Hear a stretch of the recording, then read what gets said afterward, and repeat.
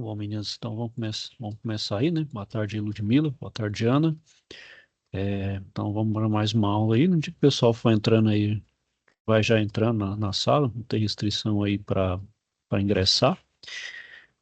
Bom, então hoje aí, turma, vamos abordar sobre mais um elemento de máquinas, né? Uma das nossas aulas aí que a gente falei sobre os mancais, né? Mancais de rolamento e de deslizamento, né? Então hoje eu vou falar sobre mais alguns tipos aí, né? E precisamente os elementos de fixação, né? Então, antes de iniciar aí, pessoal, eu quero passar um vídeo da indústria e logo em seguida a gente inicia aí.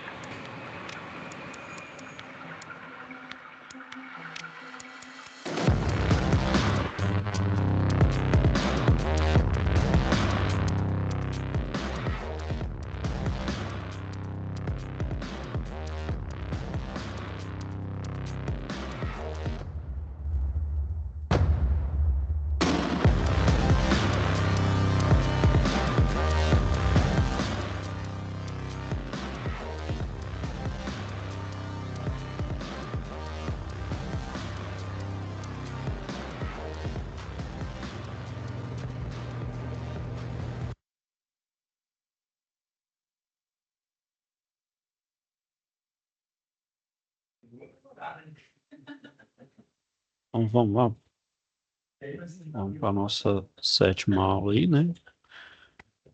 Bom, então pessoal, os elementos de marca que a gente tem aí, né? A gente tem aqui a gente faz uma classificação um pouco mais simplificada. Caso vocês forem enveredar para a engenharia, de engenharia mecânica, os elementos de máquina são classificados vamos dizer, classes menores, né? Aqui a gente colocou os elementos comuns aqui, como por exemplo, os de fixação, os de vedação e os de mola, né? Com os elementos comuns aí, mas eles são estudados de formas separadas, né? Então, por exemplo, de fixação a gente tem os parafusos, as porcas e arruelas, né? Os de vedação são outros, né? Utilizados para vedar parte de máquina e equipamento para evitar vazamento de fluido, né? Principalmente para vedação mesmo e nos elementos elásticos, no caso molas e outros componentes, né? Além disso, a gente tem os eixos, árvores e guias, né? Então, eles são responsáveis por sustentar e integrar os componentes de uma máquina, né? Normalmente também faz a transmissão de movimento, né? Transmissão de energia. A gente tem as buchas e mancais de deslizamento e rolamento, o que a gente viu em uma das aulas, né? E os elementos de transmissão, né? Que é responsável por transmitir também movimento e força. E as buchas de mancai de deslizamento, ela permite um movimento tanto de rotação quanto de translação, né? De um determinado máquina ou equipamento. Então aí, pessoal, a gente tem uma bomba aí, né? Uma bomba de engrenagem. Então, uma máquina, ela vai ser composta pelos seus elementos de máquina, né? Então, por exemplo, vamos iniciar pelo parafuso, que é um elemento comum, que é um parafuso que fica para fixar. A gente tem, por exemplo, aqui o pino guia, que é chamado um elemento comum para fazer um encaixe, uma fixação. A gente tem um mancal, a gente tem uma engrenagem movida, então é um elemento de transmissão, né? Então ela vai fazer uma transmissão de movimento. Então a motora que passa energia para movido, então ela é também um elemento de transmissão. E aqui tem o retentor, que é um elemento comum que ele faz a vedação, que no caso como é uma bomba, né, ela está bombeando um fluido qualquer, justamente o retentor é para evitar que o fluido escape, né? E os outros elementos aqui é para fazer alguma vedação ou para fazer algum ajuste na máquina. Então, são máquinas, então tem uma máquina, um conjunto completo, composto por vários elementos de máquina. Por isso que chama elementos de máquina, faz parte de uma máquina, né, de um conjunto mecânico. Então, indo para os elementos comuns, pessoal, como eu falei, vamos falar pelos elementos de fixação, que é o parafuso, porca, arruela, trava, chaveta, pino, contrapino e anel elástico. Aí os elementos de vedação, como por exemplo, junta, anel de vedação, retentor, gacheta e selo mecânico, e o elemento elástico aí, no caso, as molas, né? Dos elementos de fixação mais específico aí, a principal função é fazer a união de peças e componentes, né, de chapas aí, de uma estrutura ou de um conjunto mecânico. Então a gente tem dois tipos de uniões em conjuntos mecânicos. A gente tem as uniões móveis, né? É aquela que você pode retirar, e as permanentes. Na união móvel, né? Então, o elemento de fixação ele pode ser colocado e retirado do conjunto. Então, eu permito montagem e desmontagem, né? Sem que eu danifique as partes que foram unidas de forma permanente. Então, por exemplo, aí, né? A roda, né? Fixação da roda do carro. É um parafuso ali. Quando, por exemplo, furou o pneu, eu consigo tirar a roda, eu consigo, por exemplo, fazer uma intervenção ali ou trocar a própria roda, ou trocar ali o disco de freio, qualquer outro componente ali que está dentro da roda ali. Outro exemplo também são as chavetas e as arruelas, né? Bom, na união permanente, né, a fixação, né, não pode ser removida sem danificar o elemento de fixação ou as partes que foram unidas, né? Então, se você consegue tirar essa união aí, deformando ou destruindo, então, com os componentes, né? Isso pode ser feito a processo de soldagem, né, ou pelo outro elemento chama rebite, né? Chama rebitagem. Por exemplo, os aviões, né? As chapas dos aviões não é por solda, é por rebite, né? É, rebite tem lá suas vantagens, né? A solda, por que que não se solda, por exemplo, o avião? Que é de que dá peso, né? O avião ali gera peso e outra, a solda tende a ter mais falhas, né? Principalmente falhas microscópicas que podem gerar trincas e isso, por exemplo, para um avião é catastrófico, né? Então, a gente parte então para o rebite mais seguro, né? Dá uma melhor confiabilidade na questão de fixação, né? Os elementos de vedação, né? Então, ele vai ter a função de vedar, impedir passagem, seja do líquido, gás ou partícula sólida, de um meio para o outro, né?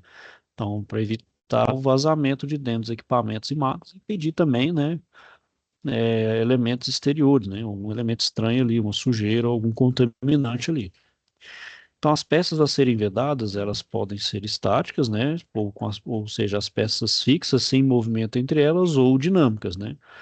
Que é aquelas que se movimentam uma em relação à outra, né? Então você tem vedação para a parte estática contra a vedação dinâmica. Os elementos de vedação, então, pessoal, tem que ser selecionado conforme o tipo de atuação da peça que vai ser inserido e de acordo com o produto que vai ser vedado, né? Então tem o anel O-ring, tem a gacheta, ou chamado selo mecânico, né? Então vai depender da aplicação. Geralmente as bombas, né? Essas bombas com alta potência, né? Com alta pressão ali, normalmente utiliza gacheta, né? Também tem que ser observado, pessoal, nas condições de trabalho, né? Que esses elementos vão ser submetidos. Então, por exemplo, em que temperatura vai estar atuando, né, esse equipamento, qual pressão de operação, né, que vai fazer parte, qual é o fluido que ele vai bombear ali, vamos supor ali que é uma bomba, né? Então, tem que saber quais são essas variáveis para poder é, dimensionar e escolher de forma mais apropriada aí um elemento de vedação, né? Bom, outro elemento comum também é a mola, né? Conhecido como elemento elástico, né? Então ela, como a própria mola, né? Ela concentra energia, né? Ou seja, ela armazena energia, né? E também faz a papel de amortecimento de vibrações e impactos, né? Além de distribuir cargas e também faz transmissão de potência, né? Então, por exemplo, se eu armazeno uma carga ali, né, se eu comprimo a mola, né? Então ela tem uma energia ali, uma energia que chama potencial elástico. No momento que eu solto, ela pode transmitir esse movimento, né? Então pode transmitir uma potência também. Por que não? Então, esse aí é o elemento elástico, né? Bom, então, pessoal, falando mais do elemento de fixação, né, ou parafuso, ele vai ser utilizado na realização de uma união móvel, né? Então, ele é formado por um corpo cilíndrico, roscado e uma cabeça que pode ter vários formatos, né? Então, os parafusos vão diferenciar pelo tipo de rosca, forma de cabeça, haste e a forma de acionamento. E vai ter, né, algumas normas que vão padronizar essas dimensões, né? Então, a gente tem os métricos, né, que é do sistema internacional, e a rosca polegada, né, ou padronizada no sistema inglês. Então, aqui praticamente são os componentes, né, as partes de um parafuso, né? Então, a gente tem a haste, a cabeça e a rosca e o seu tipo de acionamento, né? Qual é a ferramenta que eu utilizo para acionar ali, né, para mexer, né? Bom, sobre a rosca do parafuso, pessoal, são um conjunto de filetes com perfis constantes e helicoidais, né? Então, tem uma forma de hélice, né? Então, são cortadas ou laminadas, né? Então, depende da forma como eu fabrico, né? De uma superfície cilíndrica ou cônica. Então, tem vários tipos de rosca, sua seleção é feita de acordo com a aplicação do parafuso. Então, aqui a gente tem os tipos, né? Então, a gente tem do tipo triangular, vão ser utilizados para parafusos na união de peças, né? Que é o perfil de filete mais comum. Tem o redondo, né, que é para parafusos sujeitos a grandes esforços e de grande diâmetro. O quadrado, né, ele é utilizado em prensas e morsos, onde há grandes esforços e choques. O de perfil trapezoidal, que é utilizado no uso de máquinas, onde se realiza a transmissão de movimento. E o dente de serra é parafuso utilizado na aplicação também de grandes esforços em um só sentido. Então, para cada tipo de máquina aí, né, vou ter que usar um perfil diferente aí de rosca, né? Bom, então outro parâmetro também, pessoal, que define a rosca do parafuso é o passo, né? Que é a distância entre dois filetes, né? Que define o avanço do parafuso, né? Esse passo, então, define a volta, né? Então, onde ele vai girar uma volta. É,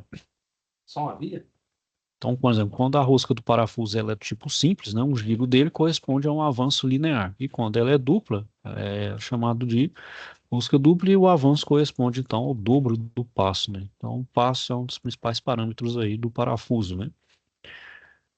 Bom, então, para verificação, né, desse passo da rosca, a gente utiliza alguns instrumentos de medição. Você pode utilizar o paquímetro, né, e também escalas, mas tem um instrumento de medição que é bem comum aí, né, que é o pente de rosca, onde a medida é obtida com maior rapidez e precisão, né? As roscas também podem ser classificadas de acordo com o sentido de inclinação também do filete, né? Então, pode ser inclinado para a direita ou para a esquerda, né? Então, rosca à esquerda vai fazer o giro para a esquerda. Se for à direita, vai fazer o giro para a direita. Então, depende da minha forma de inclinação, né?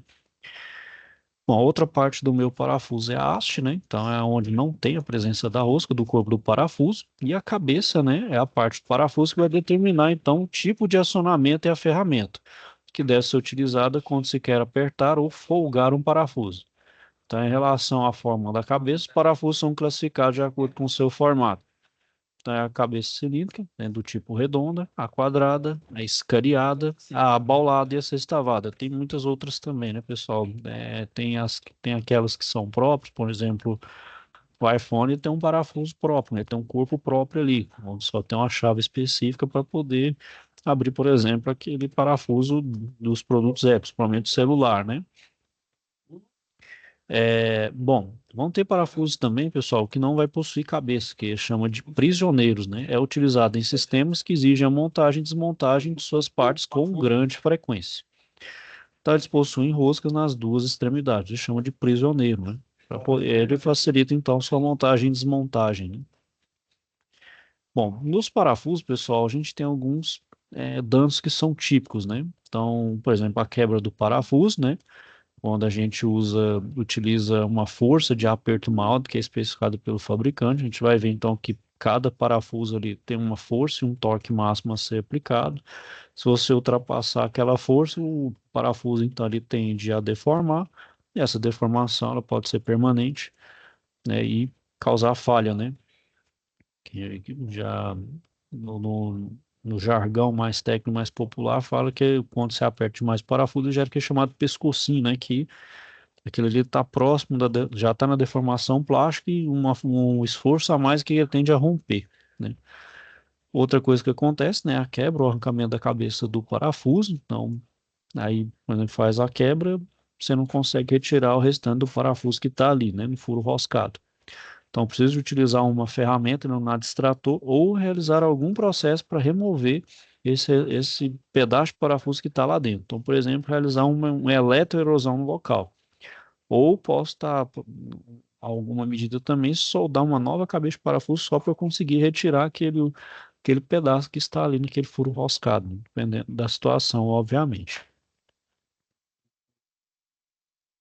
Além disso, né, a rosca danificada ocasionada por utilização inadequada do parafuso, seja por força excessiva de aperto, entre outros, e a danificação da cabeça do parafuso no local de inserção da ferramenta, né, que aí você perde ali o perfil da ferramenta, não consegue fazer nenhum aperto, nenhum desaperto do parafuso. Isso é então é causado por ferramentas inadequadas ou a medida inadequada também que você está utilizando para apertar ou desapertar aquele parafuso, né?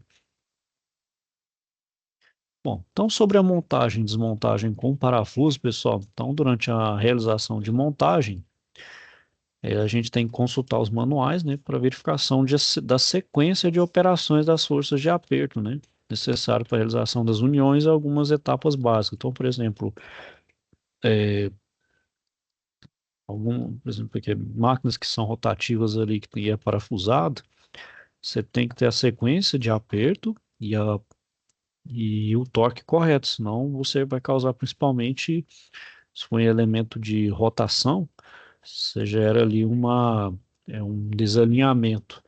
Isso vai provocar uma vibração e vai provocar também até uma falha, né? Então tem que fazer, além de, além do aperto ali, o aperto correto com o torque e a sequência também a se apertar o parafuso, né? Bom, então, na montagem a gente segue três etapas. A primeira, a gente tem que examinar o parafuso, né, para verificar o estado, prestando então bastante atenção onde tem trincas, no estado da rosca e da cabeça e na perpendicularidade entre a cabeça e o cubo do parafuso, né? Se tiver ali uma diferença de ângulo, esse parafuso já está próximo de ser inutilizado, né? E também verificar se ele já foi utilizado anteriormente, né? Então, não é aconselhável recuperar parafuso, né? Parafuso é relativamente barato, pessoal. Então, danificou, utiliza outro, né? A segunda etapa é limpar e examinar os furos no corpo da máquina, né? Se o furo então for roscado, a gente limpa as rebarbas ou impurezas no fundo dos filetes da rosca com a utilização de uma ferramenta específica chamada macho. Após isso, temos que limpar a cavidade para não deixar óleos e sujeiras, que podem ocasionar o travamento do parafuso, né, quando este for apertado, né? E a terceira etapa, né, devemos encaixar todos os parafusos nos furos antes de apertar o primeiro parafuso. Então, somente após as etapas anteriores, a gente pode realizar o aperto dos parafusos com bastante cuidado. E seguir uma sequência de aperto, né, como eu falei bem um pouquinho antes aí, e aplicar a força, né, conforme especificação contida no manual. Com isso, né, a gente evita deformações e os desalinhamentos, que é prejudicial para a minha máquina, né? A deformação tanto do meu parafuso quanto daquela peça, daquele elemento que eu estou querendo fixar. Então, por exemplo, eu tenho dois parafusos aqui um do lado do outro, então eu vou primeiro apertar um, depois dois. O segundo aperto, um e dois. Então é fazer duas sequências sucessivas de aperto, aplicando então metade da força de aperto em cada sequência. Então, faço metade um, metade um, metade outro, metade outro.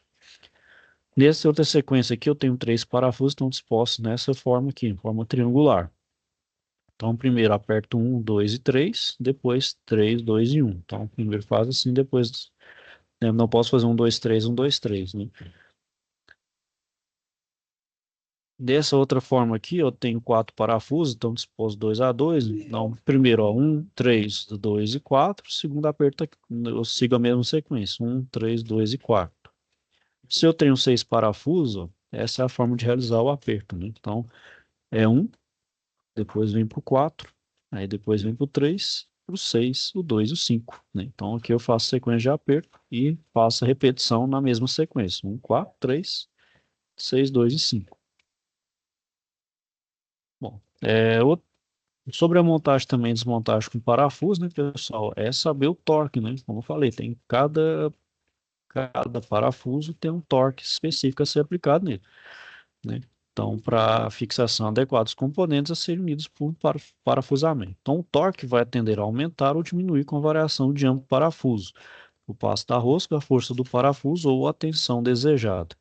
Cada parafuso, né, tem uma marca que especifica sua classe, né, no caso dos parafusos com padrão métrico, ou seu grau, no caso dos parafusos com padrão em polegada. Então aqui a gente tem diferentes marcas aí, né? Tem a SAI grau 8, grau 7, a STM B7, que essa aqui é americana, tem a ISO, que é internacional. Então cada uma vai ter sua especificação aí, né? Então aqui, por exemplo, a rosca normal tem essas torques, né? Tem para a de polegada aqui também. Bom, então as porcas, pessoal, outro elemento que se junta ao parafuso, né, para fazer a fixação. Ela tem peças com formatos prismáticos ou cilíndricos que possuem furo roscado, onde será colocado um parafuso ou uma barra roscada. São comumente utilizadas como elemento de fixação, mas pode atuar como elemento de transmissão de movimento em um sistema mecânico. Então, assim como nos parafusos, também né, o perfil da rosca, né, também da porca vai variar de acordo com a funcionalidade, né? Então, por exemplo, uma porca para transmissão de movimento, ela vai ter uma rosca quadrada, trapezoidal, dente de serra ou redonda. E já utilizada na fixação de componentes, vai ter uma rosca triangular, né, um perfil triangular.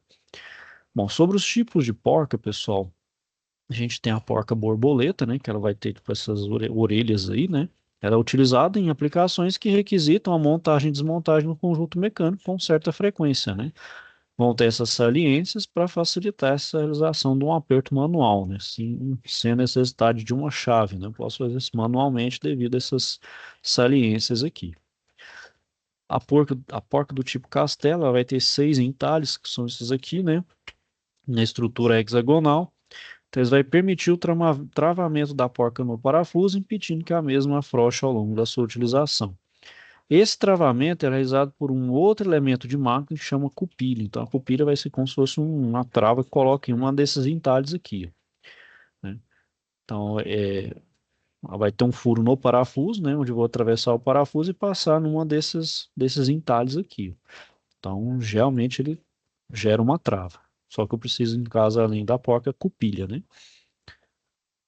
A porca remate ou cega, né? Então ela tem um acabamento aqui em cima, né? Que não fica nada à mostra. Então, para melhorar o acabamento, né? De forma que a ponta do parafuso não apareça. Até por forma de segurança também, né? Onde a ponta do parafuso ali, ela pode machucar, né? Pode ferir ali. Então a rebarbinha, ou esteticamente não fica legal. Utiliza esse tipo de porca, que chama de porca de remate mesmo. Então ela vai ter uma das extremidades roscadas encoberta que esconde então a ponta do parafuso, né? Então visualmente fica melhor, né, usando esse tipo de porca. As contraporcas, né, que é colocada após a porca principal, que é para uniões parafusadas que são submetidas a cargas de impacto e vibração, né, que então elas podem causar o afrouxamento do parafuso. Então, para evitar isso, utiliza uma contraporca que é para evitar que essa porca então ela afrouxe, né, saia aqui do meu parafuso. Bom, e com os danos típicos nas porcas, né, pessoal, são os causados na rosca interna, né, da porca em função do esforço excessivo. Da mesma forma que vai pro parafuso, vale para a porca também. Então, esse excesso de força pode gerar, então, esses danos típicos, né? Bom, pessoal, então hoje aí é só. Alguém aí tem alguma dúvida, questionamentos?